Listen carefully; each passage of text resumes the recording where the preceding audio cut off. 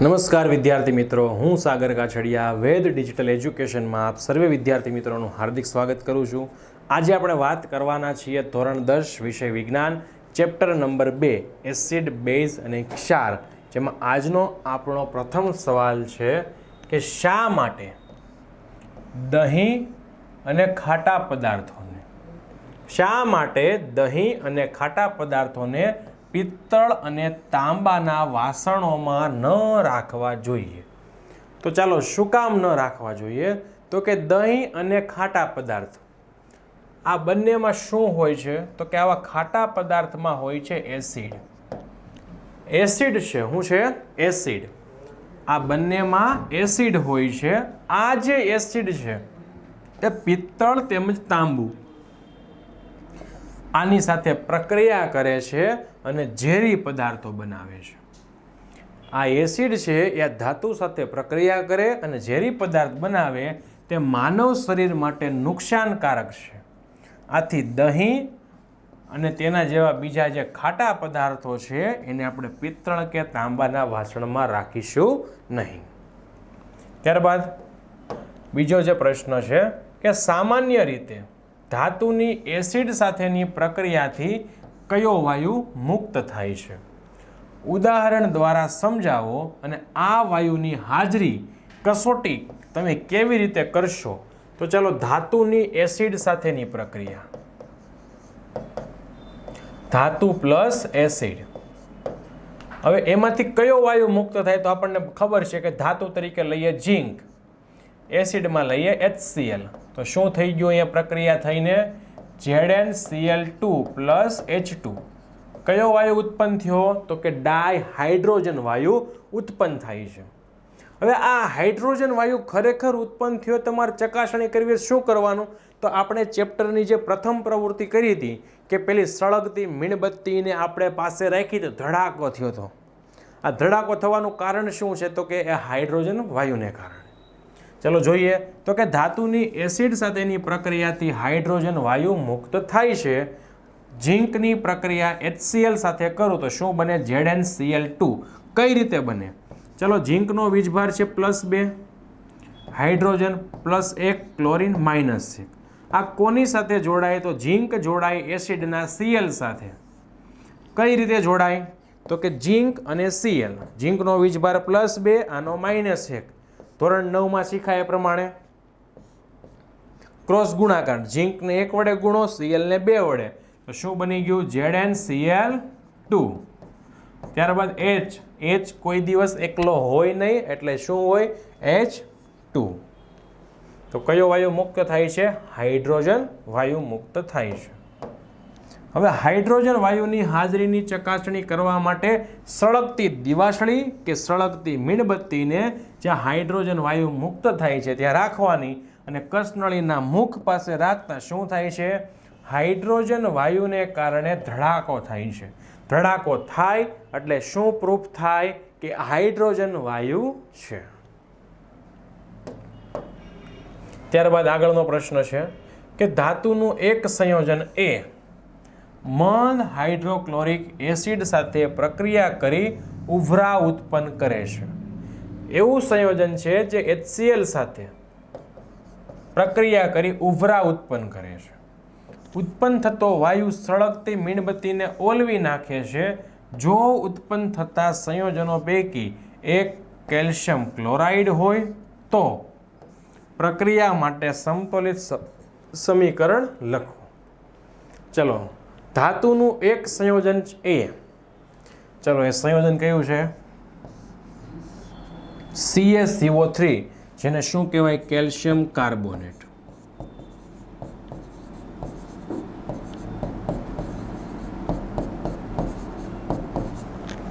જેને શું કહેવાય છે? Calcium carbonate. એ કોની સાથે પ્રક્રિયા કરે છે? HCl સાથે પ્રક્રિયા કરે છે અને ઉભરા ઉત્પન્ન કરે છે. HCl સાથે પ્રક્રિયા કરો તો શું થાય? હવે ઉભરા ઉત્પન્ન કરે તો કોના કારણે? તો કે વાયુ ઉત્પન્ન થાય છે HCl સાથે પ્રક્રિયા કરે એટલા માટે. તો એ વાયુ કયો છે? તો કે CO2 વાયુ છે. હવે ઉત્પન્ન થતો વાયુ સળગતી મીણબત્તીને પાછો ઓલવી નાખે છે. શું કરે છે? સળગતી મીણબત્તીને ઓલવી નાખે છે. તો એનું આપણે સમતોલિત સમીકરણ લખીએ કે ચાલો કેલ્શિયમ કાર્બોનેટ હાઇડ્રોક્લોરિક એસિડ બંને વચ્ચે પ્રક્રિયા થાય, શું ઉત્પન્ન થાય? જુઓ અહીંયા કેલ્શિયમ વીજભાર કેટલો? +2, CO3 કાર્બોનેટ -2, હાઇડ્રોજન +1, Cl -1. ચલો કેલ્શિયમ છે, આ કેલ્શિયમ અને Cl બંને જોડાશે. કઈ રીતે?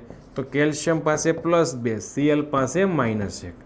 તો કેલ્શિયમનો ગુણાકાર 1 સાથે કરો, Clનો -2 સાથે, +2 સાથે કરો તો શું બની ગયું? CaCl2. ત્યારબાદ અહીંયાથી કાર્બન ડાયોક્સાઇડ, અહીંયાથી પાણી. તો CO2 ને કારણે શું આવે છે? ઉભરા આવે છે. ચલો આગળ હેતુ કે એસિડ અને બેઝના જલીય એટલે પાણીવાળું, એસિડ અને બેઝના જલીય દ્રાવણમાં થતા વિદ્યુત વહનનો અભ્યાસ કરવો કે કયા એસિડમાંથી વિદ્યુત વહન થાય, કયા બેઝમાંથી વિદ્યુત વહન થાય. તો ચાલો પ્રવૃત્તિ આપણને આપેલી છે. તો પરીક્ષામાં તમને જો આ પ્રવૃત્તિ પૂછાય તો આ જે આકૃતિ છે, આકૃતિ દોરવી અનિવાર્ય છે. પહેલાં સમજાવી દઉં, પછી આપણે આકૃતિ દોરીએ. પહેલાં બીકર લેવાનું છે, બૂચ મૂકવાનું છે, 2 ખીલીઓ મારવાની છે. બંને ખીલીઓને શું કરવાનું છે? બેટરી, બલ્બ, સ્વિચની મદદથી જોડવાની છે અને એમાં અલગ અલગ દ્રાવણ ભરવાનું છે. તો ચાલો સૌ પ્રથમ આપણે આકૃતિઓ દોરીએ.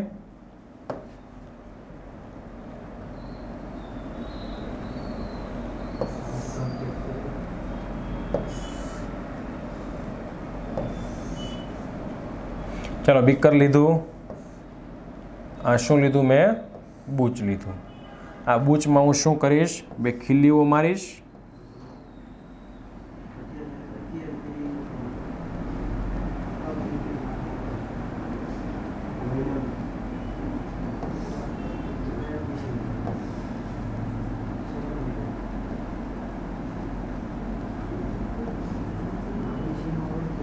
ચલો હવે શું કરવાનું મારે?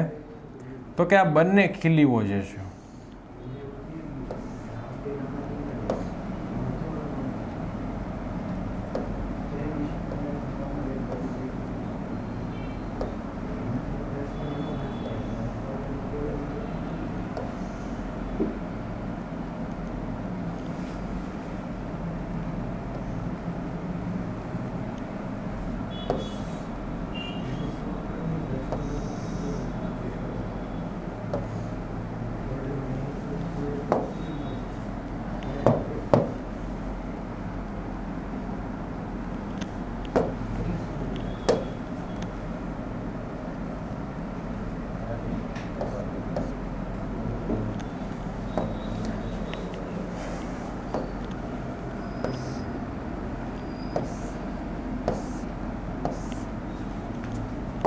ચાલો નામ આપી દઈએ. આ શું છે? તો કે બીકર છે.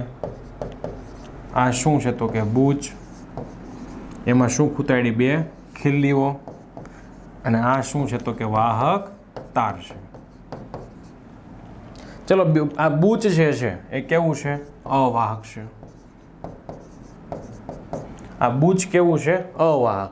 એક ખીલી ખૂતાડી, આ બેટરીનો ધન ધ્રુવ, આ ઋણ ધ્રુવ. બેટરીનો ધન ધ્રુવ, આ છે ઋણ ધ્રુવ. આ છે બલ્બ, આ છે કળ. અત્યારે કળ કેવી છે? ખુલ્લી છે, એટલે કે વિદ્યુત પ્રવાહ પસાર થતો નથી. જો વિદ્યુત પ્રવાહ પસાર કરું તો શું થાય? આ પ્લસમાંથી વીજભાર નીકળે, અહીંયા ખીલી પાસે આવીને ઊભો રહી જાય. આ બંને વચ્ચે કેવું છે? આ બૂચનું અવાહક પડ છે, એટલે એક ખીલીમાંથી બીજી ખીલીમાં જશે નહીં. હવે જો હું અહીંયા બીજું કોઈ પ્રવાહી નાખું છું જે વિદ્યુતનું વહન કરતું હોય, તો બંને પ્રવાહીના કનેક્ટિવિટીથી આ બંને ખીલીઓ એકબીજાના સંપર્કમાં રહેશે એ પ્રવાહી માધ્યમથી. એટલે વીજભાર ક્યાં જશે? બીજી ખીલી મારફતે બેટરીનું આ કળ કરી દીધી બંધ. એટલે શું થશે? ફરીથી આ સંપૂર્ણ છે પરિપથ પૂર્ણ થાય, એટલે બલ્બ પ્રકાશિત થાય. ક્યારે? એ જે દ્રાવણ લઉં છું એ વિદ્યુતનું વહન કરતું હોય ત્યારે. ચલો આટલો સેટઅપ મેં કરી દીધો છે. આમાં દ્રાવણ નાખું, બલ્બ પ્રકાશિત થાય તો એ વહન કરે, બલ્બ પ્રકાશિત ન થાય તો એ વહન કરતો નથી. ચલો જોઈએ આપણને કયા કયા દ્રાવણો આપેલા છે. તો કે આપેલ આકૃતિમાં જ્યારે બીકરમાં જુદા જુદા દ્રાવણને અલગ અલગ રેડવામાં આવે તો કયા કયા અવલકનો મળે. ચલો પહેલું છે HCl. ચલો આમાં શું નાખું છું હું? HCl નાખું છું. આ HCl નાખ્યું તો શું થાય જુઓ, HCl એટલે કે હાઇડ્રોક્લોરિક એસિડ જે છે. આ HCl નાખું તો આમાં H પ્લસ આયનો મુક્ત થાય ને Cl માઇનસ આયનો મુક્ત થાય. એથી શું થશે? આ પરિપથ પૂર્ણ કરવા ધનમાંથી વિદ્યુત પ્રવાહ નીકળશે. આ HCl માધ્યમ દ્વારા H પ્લસ આયનો આયનીકરણ પામશે. એટલે આ એક ખીલીના બીજી ખીલી બંને એકબીજાના સંપર્કમાં આવશે. ત્યાંથી પરિપથમાંથી વિદ્યુત પ્રવાહ વહી કળ મારફતે બલ્બ મારફતે ફરીથી બેટરીમાં. આ પરિપથ સંપૂર્ણ પૂર્ણ થઈ ગયો. એટલે બલ્બ શું થાય? પ્રકાશિત થાય.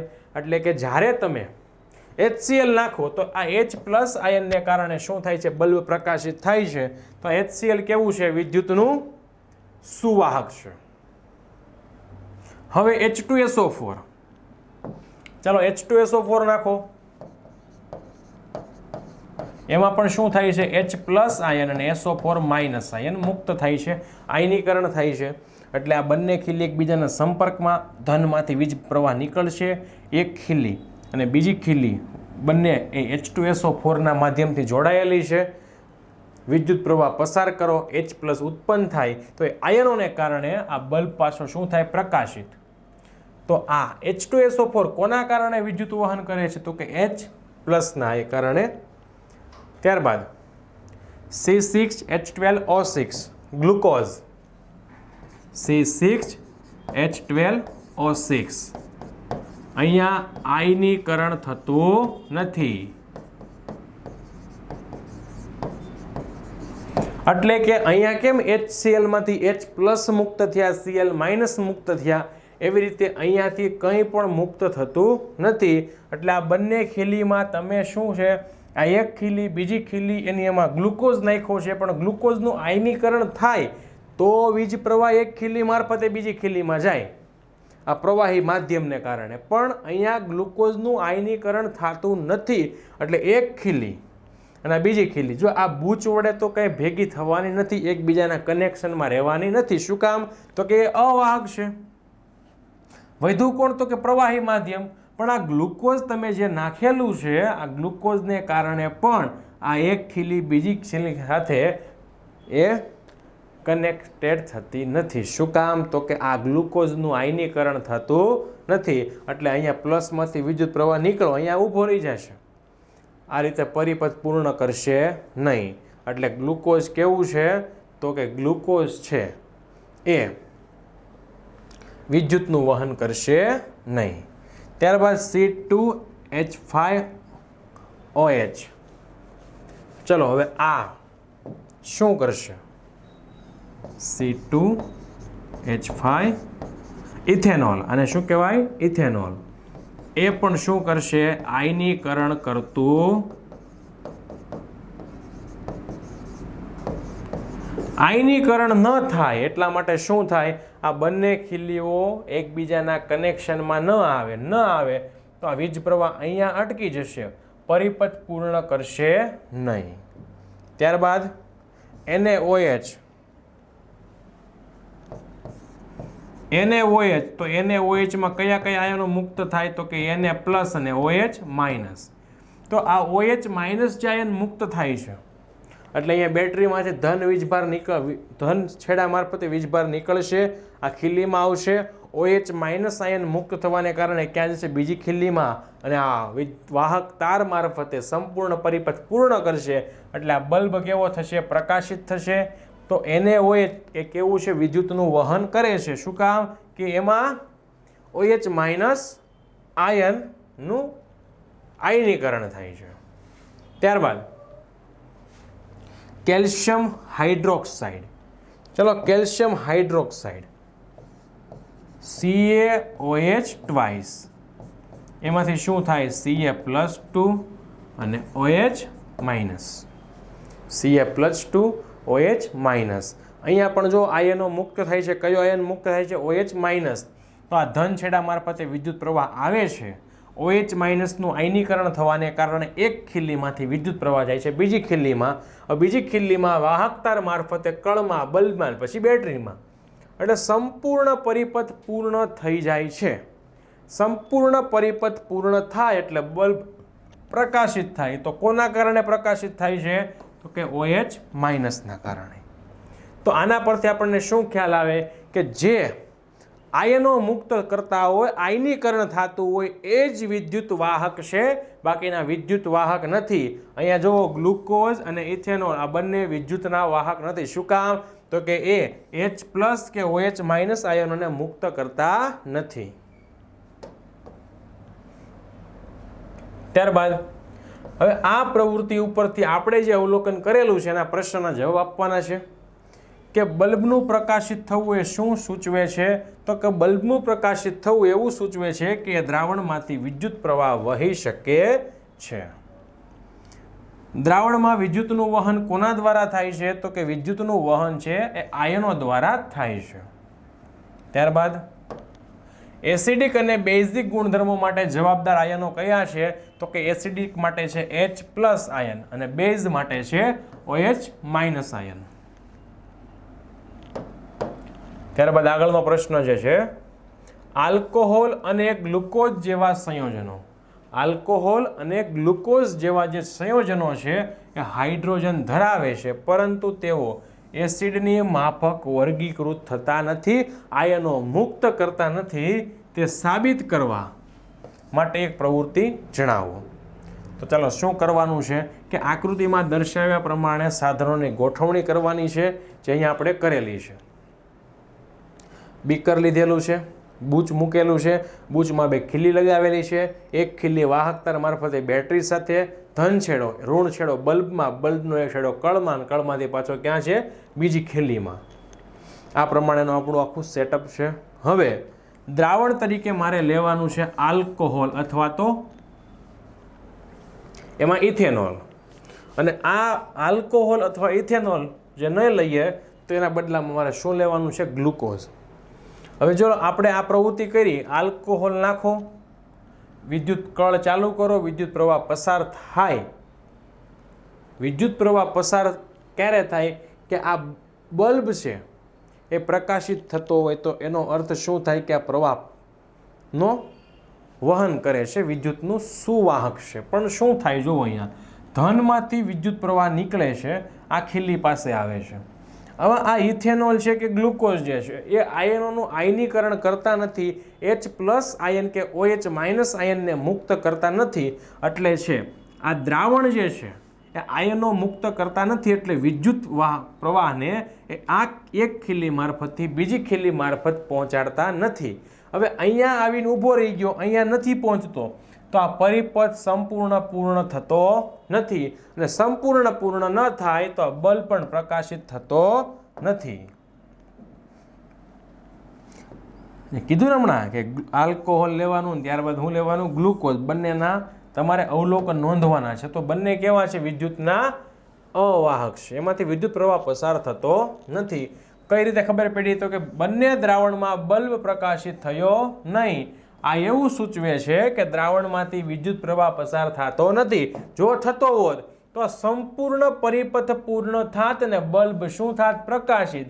પણ આ પ્રવાહ અહીંયા આવીને અટકી ગયો, અહીંયાથી આગળ વધતો નથી, એટલે બલ્બ પ્રકાશિત થતો નથી. તો આ પ્રયોગ સૂચવે છે કે ઇથેનોલ અને ગ્લુકોઝનું આયનીકરણ થતું નથી. ભલે એમાં હાઇડ્રોજન છે છતાં પણ એનું આયનીકરણ થતું નથી. પરિણામે H+ આયનો એ મુક્ત કરતા નથી, જ્યારે એસિડ દ્રાવણમાં H+ આયનો મુક્ત થતા હોવાથી તેમાંથી વિદ્યુત પ્રવાહ વહન થાય છે. એસિડમાં કયા આયનો મુક્ત થાય છે? તો કે H+. અને જો બેઝની વાત કરવામાં આવે તો કયા હોય? OH minus. આમ આલ્કોહોલ અને ગ્લુકોઝમાં હાઇડ્રોજન હોવા છતાં તેમનું એસિડ શ્રેણીમાં વર્ગીકરણ થતું નથી. આલ્કોહોલ અને ગ્લુકોઝ હાઇડ્રોજન હોવા છતાં એનું આયનીકરણ થતું નથી, એટલે કે H+ આયન મુક્ત થતા નથી. ચલો આગળ, શા માટે નિસ્યંદિત પાણી વિદ્યુતનું વહન કરતું નથી જ્યારે વરસાદી પાણી વિદ્યુતનું વહન કરે છે? તો કે નિસ્યંદિત પાણી કહેવાય કોને? તો કે નિસ્યંદિત પાણી એટલે કે શુદ્ધ પાણી.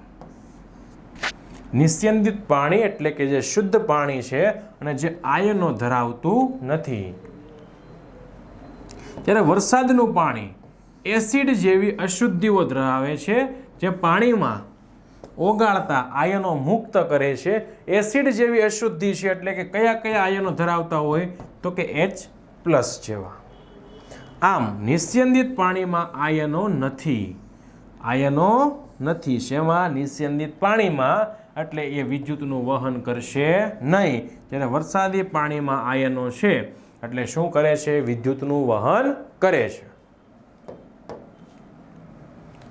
ત્યારબાદ આગળ ચલો, હેતુ છે કે શુષ્ક HCl કે જે ભીનો ન હોય, સૂકો હોય. શુષ્ક HCl એ એસિડિક નથી પરંતુ HCl નું જલીય દ્રાવણ. જલીય દ્રાવણ એટલે કે પાણીવાળું. HCl નું દ્રાવણ લ્યો તો એસિડિક છે, શુષ્ક એસિડિક નથી. એની આપણે કસોટી કરવાની છે. ચલો સૌ પ્રથમ શું કરીશ? શુદ્ધ અને શુષ્ક ચોખ્ખી કરેલી અને સુકાઈ ગયેલી કસનળીમાં આશરે 1 ગ્રામ NaCl ઉમેરવાનો છે. કસનળીમાં શું ઉમેર્યું મેં? 1 ગ્રામ NaCl.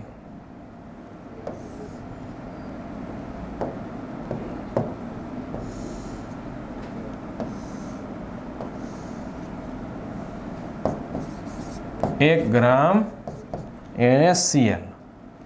હવે આકૃતિમાં દર્શાવ્યા પ્રમાણે સાધનની આપણે શું કરવાની? ગોઠવણી અને કસનળીમાં સાંદ્ર એટલે કે શુદ્ધ જલદ સલ્ફ્યુરિક એસિડ ઉમેરવાનો છે. ચલો પહેલા આકૃતિ જોઈ લઈએ. ચલો આકૃતિ લીધી. સૌ પ્રથમ શું કર્યું હતું મેં? એમાં NaCl એટલે કે સોડિયમ ક્લોરાઇડ લીધેલો છે અને ચીપિયાથી પકડીને ડ્રોપરની મદદથી શું નાખ્યું? સાંદ્ર H2SO4. મિત્રો ખાસ યાદ રાખવું, સાંદ્ર H2SO4 નો ઉપયોગ કરતા હોય હંમેશા ડ્રોપરનો ઉપયોગ કરવો. શું કામ? આ સાંદ્ર છે એટલે કે એમાં પાણી મિશ્રણ નથી, શુદ્ધ છે. હવે એના ટીપા તમારી ચામડી પર પડે તો તમારી ચામડીને દજાડી દેશે, દજાડી શકે છે. એટલા માટે તમે જ્યારે આવા સાંદ્ર એસિડનો ઉપયોગ કરતા હોય ત્યારે તમારે ખાસ તમે ગ્લવ્સ પહેરવાના, જેથી કરીને તમારા હાથને નુકસાન ન થાય. ચાલો શું કર્યું? HCl લીધો, બહારથી શું નાખ્યું? સાંદ્ર H2SO4. બહારથી શું નાખ્યું? સાંદ્ર H2SO4. અવલોકન કરો શું થાય છે? શું વિતરણ નળીમાં વાયુ બહાર નીકળતો રહ્યો છે? ચાલો, ઉદ્ભવેલા વાયુની ક્રમશઃ સૂકા અને ભીના ભૂરા લિટમસ પત્ર પર કસોટી કરો. શું કસોટીમાં આ લિટમસ પેપરનો રંગ બદલે છે? ઉપરોક્ત પ્રવૃત્તિના આધારે તમે પહેલું શુષ્ક HCl વાયુ, બીજું હાઇડ્રોજન દ્રાવણ એસિડિક સ્વભાવ વિશે શું અનુમાન કરો છો? કસોટીમાં શું થયું હતું? જુઓ આપણે HCl, આ NaCl છે, સોડિયમ ક્લોરાઇડ, બહારથી શું નાખ્યું? H2SO4. કેવો નાખ્યો? સાંદ્ર. હવે જે વાયુ ઉત્પન્ન થાય છે, ઉદ્ભવેલા વાયુની મારે બેની સાથે કસોટી કરવાની. કયા કયા લિટમસ પત્ર હારે? તો કે ભૂરા રંગના લિટમસ પત્ર 2 લેવાના, એક સૂકું લેવાનું અને એક કેવું લેવાનું? ભીનું. હવે શું આ વાયુ આ લિટમસ પત્ર ઉપર પસાર કરું છું તો એને રંગમાં કઈ પરિવર્તન થાય છે? અને બીજું છે શુષ્ક HCl વાયુ અને HCl ના દ્રાવણના એસિડિક સ્વભાવ વિશે અનુમાન કરો છો. તો ચાલો નીચેના પ્રશ્નો ઉપરથી આપણને ખ્યાલ આવશે. તો પહેલો પ્રશ્ન છે કે પાણીની ગેરહાજરીમાં HCl ના અણુઓમાંથી H+ આયનનું અલગીકરણ થશે? પાણીની ગેરહાજરી છે તો H+ નું આયનીકરણ થાય? ના થાય. પાણીની ગેરહાજરીમાં થાય નહીં. જો પાણી હોય તો આ H+ માંથી શું બને? H3O+ hydronium ion. ત્યારબાદ હાઇડ્રોજન આયનને હંમેશા શેના વડે દર્શાવવામાં આવે છે? તો કે હાઇડ્રોજનને H+ અથવા તો H3O પ્લસ હાઇડ્રો નિયમ વડે દર્શાવાય. શું કામ? તો કે H પ્લસ એ પાણી સાથે પ્રક્રિયા કરે અને શું બનાવે? H3O પ્લસ હાઇડ્રો નિયમ આયન બનાવે છે. ત્યારબાદ બેઝિક ગુણધર્મ દર્શાવવા માટે કયા આયનો જવાબદાર છે?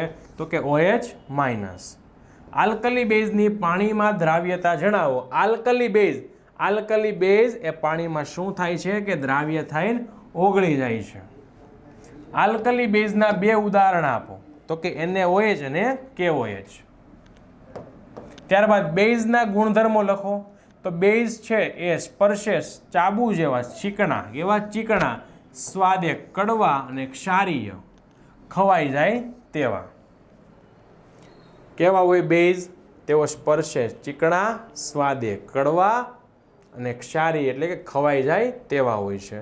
હવે તટસ્થીકરણની પ્રક્રિયા માટે સામાન્ય સમીકરણ લખો. તો તટસ્થીકરણની પ્રક્રિયામાં શું થાય? એસિડ અને બેઝ બંને વચ્ચે પ્રક્રિયા થાય અને ક્ષાર અને પાણી બને. અહીંયા જો એસિડ છે તોનો H લીધો, કારણ કે એસિડમાં કોની હાજરી હોય? હાઇડ્રોજનની. અને બેઝમાં કોની હોય? બેઝમાં હોય છે OH ની. અહીંયા X શું દર્શાવે છે કે હેલોજન.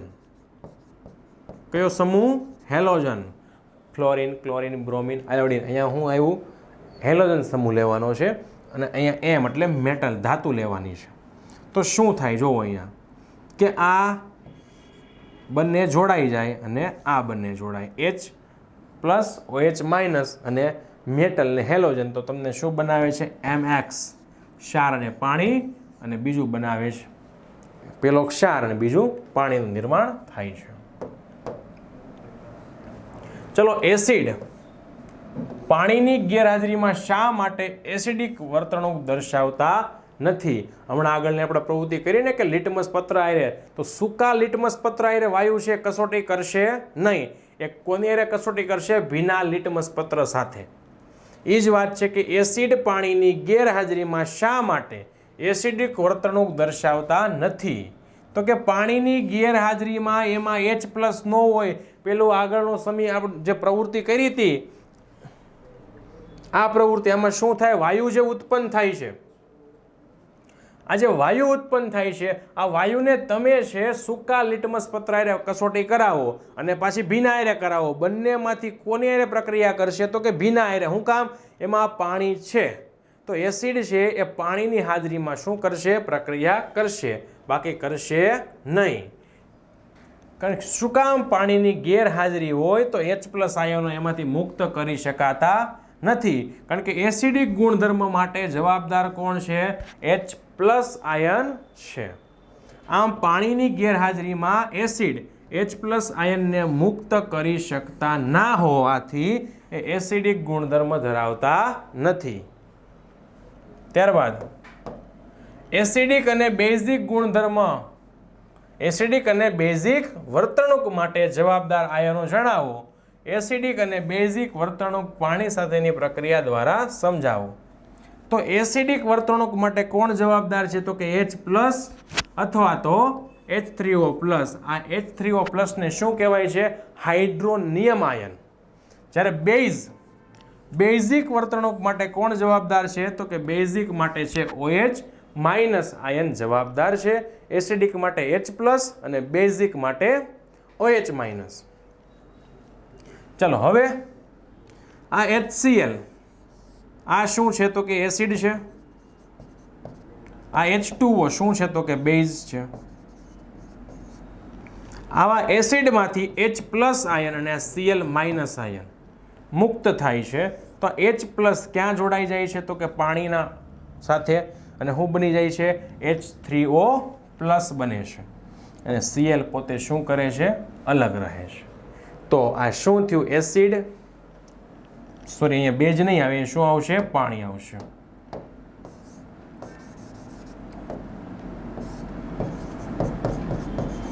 એ ક્યાં જોડાઈ જાય છે? પાણી. ફરીથી રિપીટ કરું એકવાર કે HCl એસિડ છે, H2O પાણી છે, Cl માઇનસ H3O પ્લસ કેવી રીતે બને? તો આ HCl માંથી H પ્લસ આયનનું આયનીકરણ થાય, Cl માઇનસ નીકળે છે. હવે આ H+ જે મુક્ત થયો એ ફરીથી પાણી સાથે પ્રક્રિયા કરશે અને શું બનાવે છે H3O+. આને કહેવાય હાઇડ્રોનિયમ આયન. કયો આયન? Hydronium ion. અને Cl- અલગ પડે છે. આમ HCl ના જલીય દ્રાવણમાં H+ નું કોનું H+ આયન ઉત્પન્ન થતો હોવાથી HCl એ એસિડ છે એમ કહી શકાય છે. ત્યારબાદ ચલો NaOH છે, તો NaOH માં કયો આયન મુક્ત થાય? તો NaOH માં મુક્ત થાય Na+ અને OH-. પણ જલીય દ્રાવણ હોય ત્યારે, એટલે શું લખ્યું H2O. ત્યારબાદ આમ NaOH ના જલીય દ્રાવણમાં OH- આયનો ઉત્પન્ન થાય છે. આથી NaOH કેવું છે? બેઝ પ્રકારનું. તમારે મગજમાં ખાસ ફિટ કરી દેવાનું. એસિડ હોય તો H+ અથવા H3O+, અને બેઝ જો હોય તો OH-. ત્યારબાદ આગળના પ્રશ્નો આપવાના છે. જવાબ એના કે શું બધા જ બેઝ પાણીમાં દ્રાવ્ય હોય છે? તો કે ના. તો પાણીમાં દ્રાવ્ય કેવા બેઝ હોય છે? તો કે આલ્કલી. કેવા? કે પાણીમાં દ્રાવ્ય બેઝ એ આલ્કલી તરીકે ઓળખાય છે. ત્યારબાદ ત્રીજું, એના ગુણધર્મો કેવા છે અને ઉદાહરણ આપો. તો કે આલ્કલી બેઝ પર છે સાબુ જેવા ચીકણા છે, સ્વાદે તુરા છે અને ક્ષારીય છે. ત્યારબાદ એના ઉદાહરણ NaOH અને KOH. ચલો આગળ. હેતુ છે શું? કે પાણીને એસિડ અથવા બેઝ સાથે મિશ્ર કરવું. ચલો સૌપ્રથમ શું કરવાનું? બીકરમાં 10 ml પાણી લેવાનું છે. એમાં થોડા ટીપા સાંદ્ર H2SO4 ના અને બીકરને ગોળ ગોળ ફેરવો.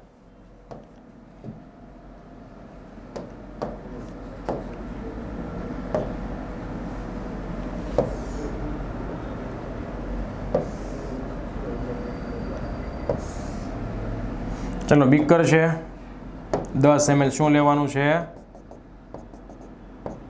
10 મિલી પાણી.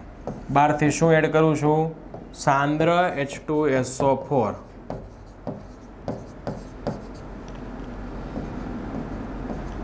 આ સાંદ્ર H2SO4 એડ કરું છું. બીકરને માં શું કરવાનું છે? ગોળ ગોળ હલાવવાનું છે. બીકરના તળિયાને સ્પર્શ કરો. શું થાય છે? શું તાપમાનમાં કોઈ ફેરફાર દેખાય? એટલે કે ગરમ લાગે કે ઠંડુ લાગે છે?